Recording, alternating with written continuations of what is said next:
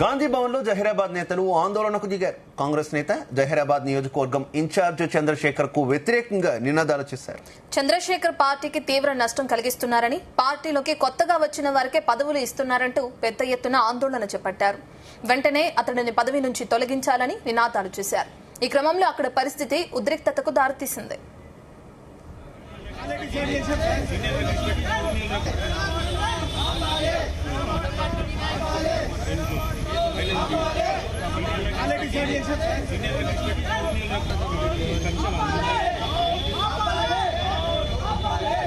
గాంధీ భవన్ లో జహీరాబాద్ నేతలు ఆందోళనకు దిగారు. కాంగ్రెస్ నేత జహీరాబాద్ నియోజకవర్గ ఇన్ఛార్జ్ చంద్రశేఖర్ కు వ్యతిరేకంగా నినాదాలు చేశారు.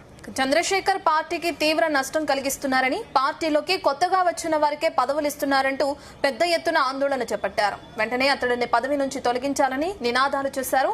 ఈ క్రమంలో అక్కడ పరిస్థితి ఉద్రిక్తతకు దారితీస్తుంది. ఇదే అంశానికి సంబంధించి మరింత సమాచారం మా కరెస్పాండెంట్ వేణుగోపాల్ అందిస్తారు. వేణు, తెలంగాణ కాంగ్రెస్ పార్టీలో అసంతృప్తి సెగలు ఆగడం లేదు. ఇప్పటికే పాలకుర్తి, కామారెడ్డి వ్యవహారాలు పార్టీకి తలనొప్పిగా మారగా ఇప్పుడు జహీరాబాద్ పంచాయతీ కొత్త చిక్కులు తెచ్చిపెట్టినటువంటి పరిస్థితి. ఈ రోజు జహీరాబాద్ నేతలు గాంధీ భవన్ మెట్లపైనే నిరసన వ్యక్తం చేయడం జరిగింది. కాంగ్రెస్ అంతర్గత విభేదాలు మరోసారి ఈ ఘటనతో స్పష్టమయ్యాయి. ఇక జహీరాబాద్ రాజకీయాలపై ఇప్పుడు అధిష్టానం ఎలా స్పందిస్తుంది అనేది కూడా ఇప్పుడు ఆసక్తికరంగా మారింది.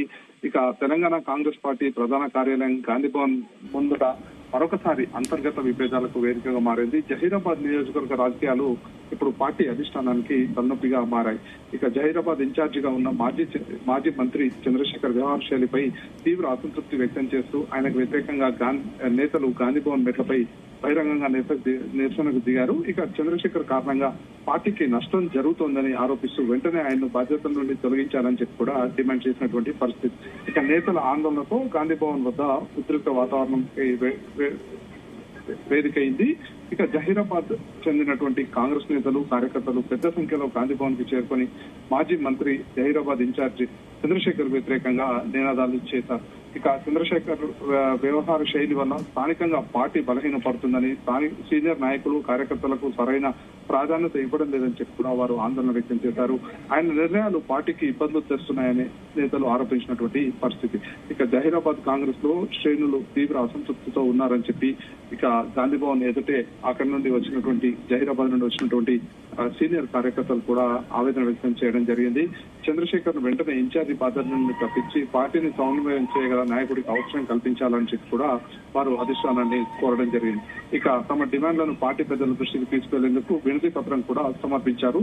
ఇక జహీరాబాద్ కాంగ్రెస్ లో నెలకొన్న ఈ అసంతృప్తి ఇప్పుడు బహిరంగ నిరసన రూపంలో బయటికి రావడంతో పార్టీ ఎలాంటి నిర్ణయం తీసుకుంటున్నది రాజకీయ వర్గాల్లో ఆసక్తికరంగా మారింది. జహీరాబాద్ నియోజకవర్గంలో చంద్రశేఖర్ వర్సెస్ అలాగే ఎంపీ సురేష్ శెట్కర్ మధ్య నెలకొన్న వివాదం ఇప్పుడు కార్యకర్తలకు అంటుకుంది. ఇక మండల గ్రామీణ స్థాయి అధ్యక్షుల కమిటీలపై గ్రామ స్థాయి వర్గపోరు బహిర్గతం అవుతూనే ఉంది. అయితే జహీరాబాద్ కాంగ్రెస్ లో కొనసాగుతున్న అంతర్గత చర్చల నేపథ్యంలో ఎంపీ సురేష్ శెట్కర్ కూడా స్పందించారు. పార్టీ బలోపేతమే లక్ష్యంగా నూతన మార్పులు చేర్పులు చేపడుతున్నామని తెలిపారు. కాంగ్రెస్ ఒక పెద్ద సంస్థ అని ప్రతి నిర్ణయంలో అందరి అభిప్రాయాలకు ప్రాధాన్యత ఇస్తామని చెప్పి కూడా చెప్పడం జరిగింది.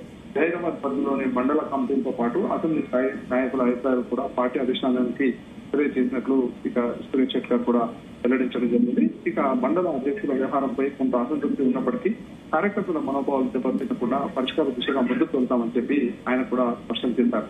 ఇక పార్టీలోని ముఖ్య నాయకులంతా కలిసి చర్చించుకున్నామని, విభేదాలకు తావు లేకుండా సమన్వయంతో ముందుకు సాగుతామని చెప్పి సురేష్ శెట్కర్ పేర్కొన్నారు.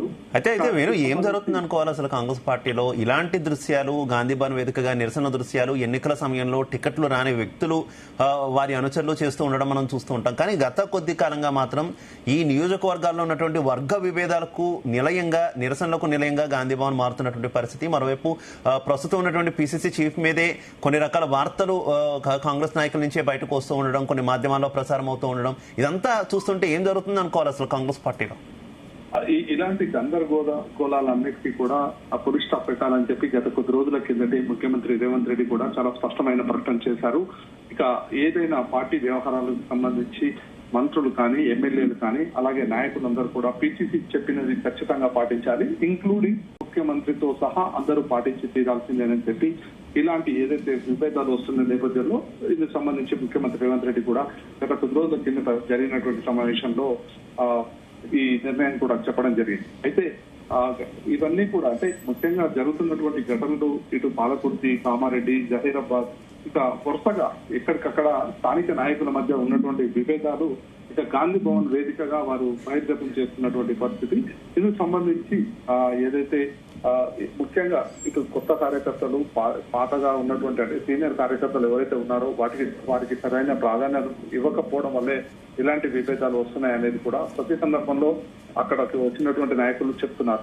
ముఖ్యంగా కొత్తగా పార్టీలో చేరిన వారికి ప్రాధాన్యత ఇవ్వడం, ఎప్పటి నుండో కాంగ్రెస్ పార్టీలో పనిచేస్తున్నటువంటి సీనియర్లను పట్టించుకోకపోవడం వల్లే ఇలాంటి విభేదాలు తెరపైకి వస్తున్నటువంటి పరిస్థితి.